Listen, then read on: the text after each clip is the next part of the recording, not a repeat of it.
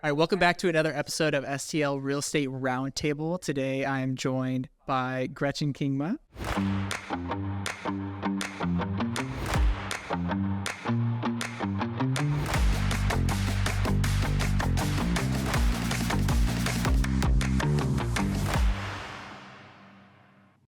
Gretchen, thank you so much for being here and hanging out with me. Thanks for having me. Yeah, absolutely. So looking forward to learning a little bit more about your background, what led you to a career in real estate, and then kind of what your business looks like today. So Sweet. in a quick 60, 90 seconds, tell us a little bit about your life story and kind of what you did before your career in real estate started, and then what led you to starting out. Okay, my life story.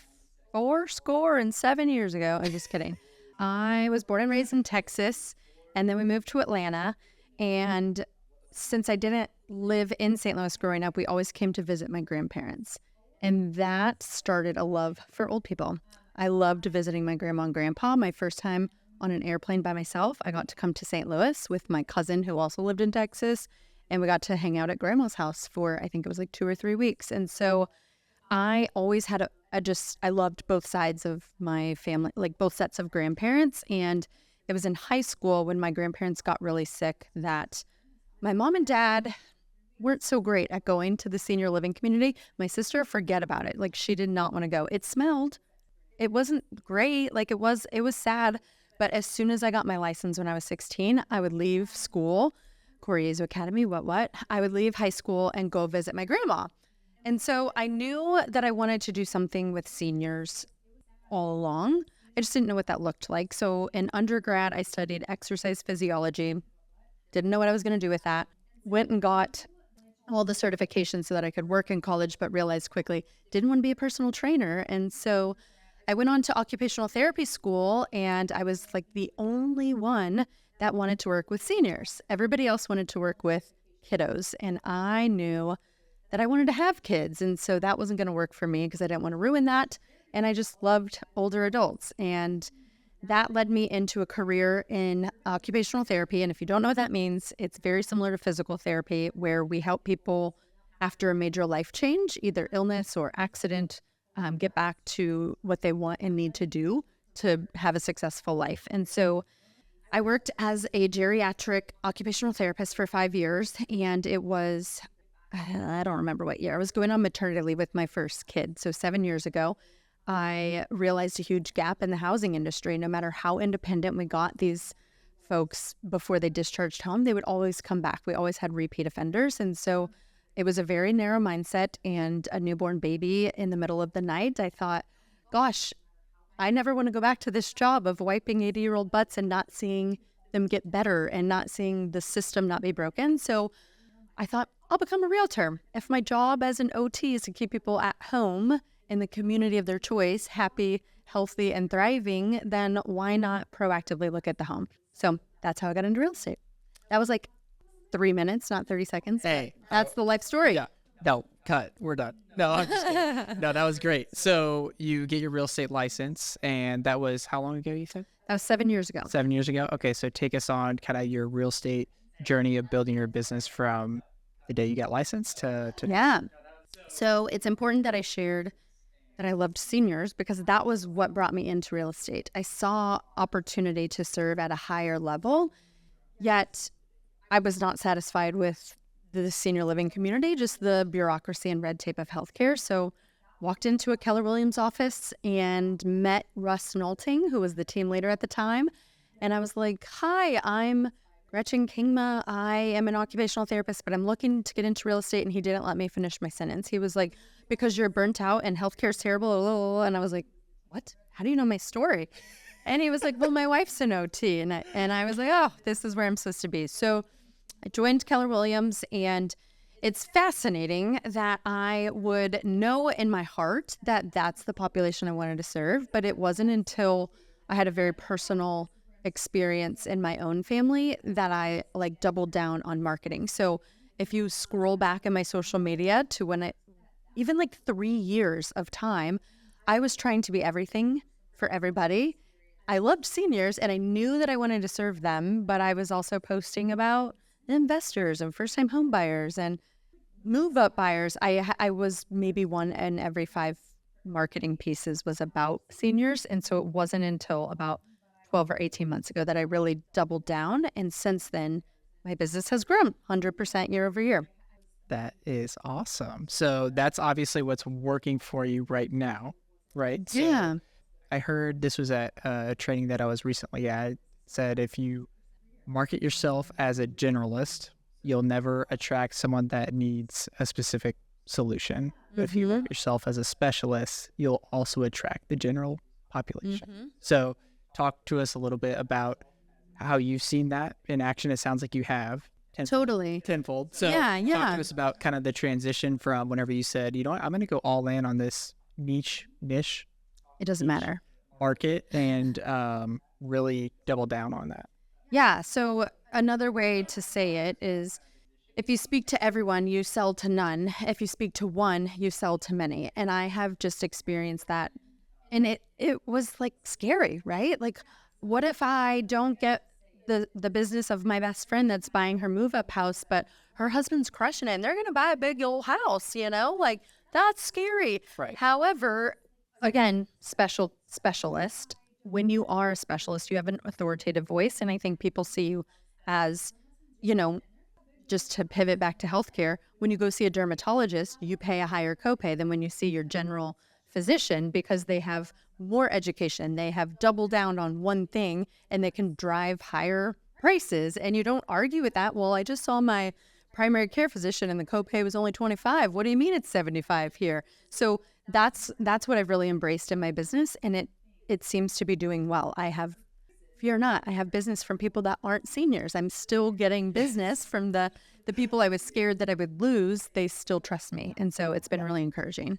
Cool. So for those that aren't following you, how do people find your social media? Well, I just changed my name on Instagram because I was not following my own, teaching. And so it's very simple. You can find me at Gretchen Kingma. And there's an underscore because somebody else has my name, but they're not using the account. It's very fascinating. So, yes, Awesome. at Gretchen Kingma. Yes. Cool. So we talked about what's working. Maybe talk to us about a specific challenge or something that you're working through right now. Kind of is an obstacle right now in your business that. So this is not an ongoing obstacle, which is how you frame the question, but I'm going to tell you about a failure that I had recently that I learned a ton from. Yeah. And I feel like we don't talk about our failures often. It's always the highlight reel.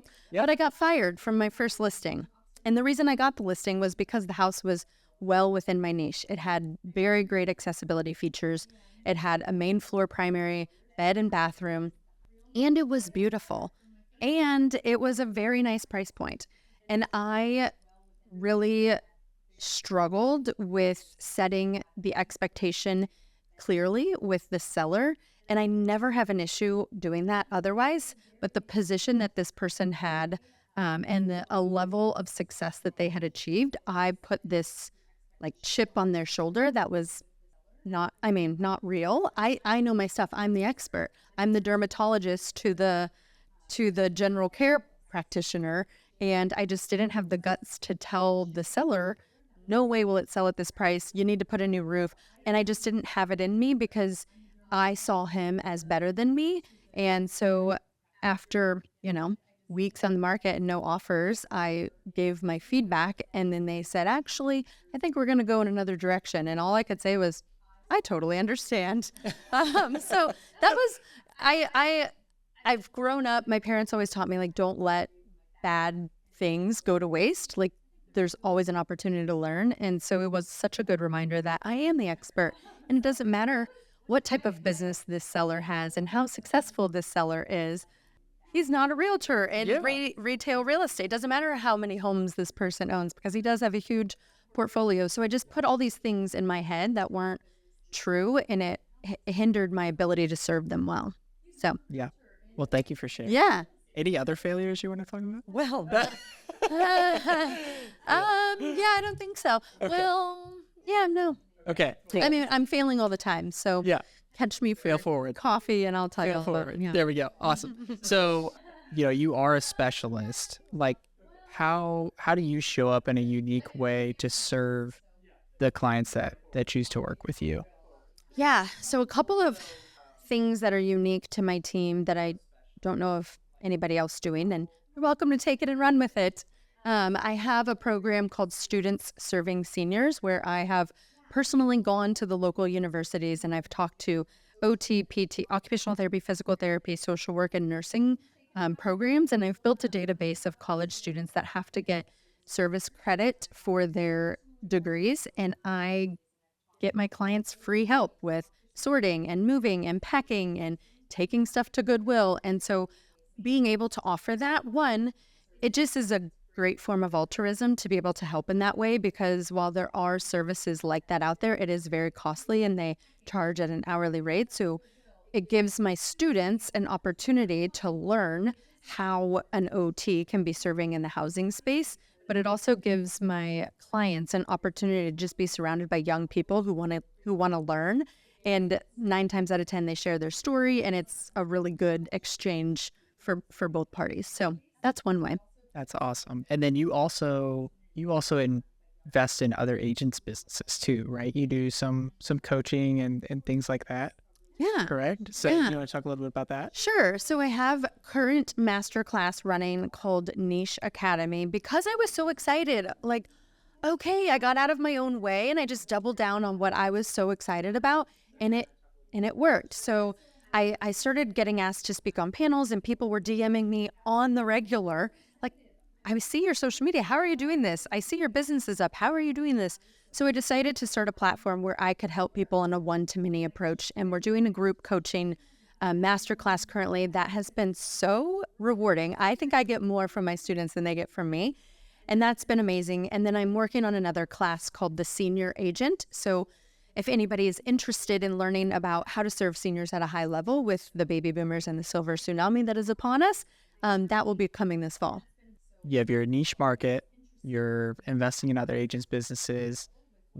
Who is your ideal client? If someone's watching this, they're like, I've been thinking about reaching out to Gretchen, like, who is your ideal client? And give your 30-second elevator pitch on, why they should work with you and no one else.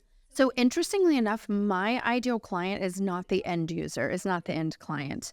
And I share that in my class. Your niche is always, 99.9% of the time, going to be a former version of yourself, because you can relate to the former version of yourself better than anyone else can. So my ideal client is a sandwich generation mama, most likely the eldest adult daughter. I am the oldest daughter in my family. No knock on my younger sister. She pulls her weight, but it's just like the alpha daughter in a family who handles all the hard decision making.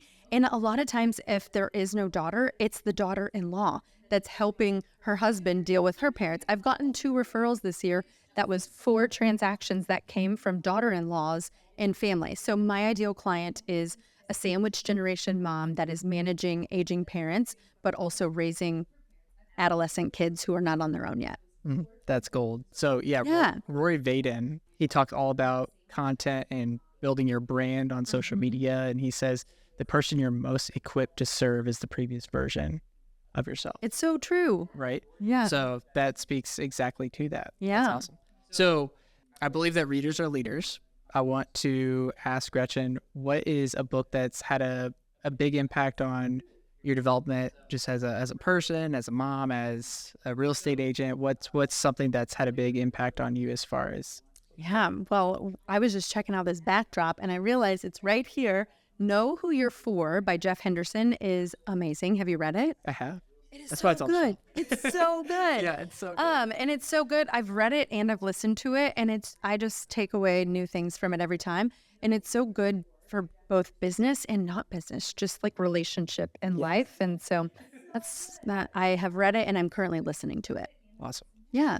So are there any questions that I haven't asked that I should have asked you? Oh, that's a great question.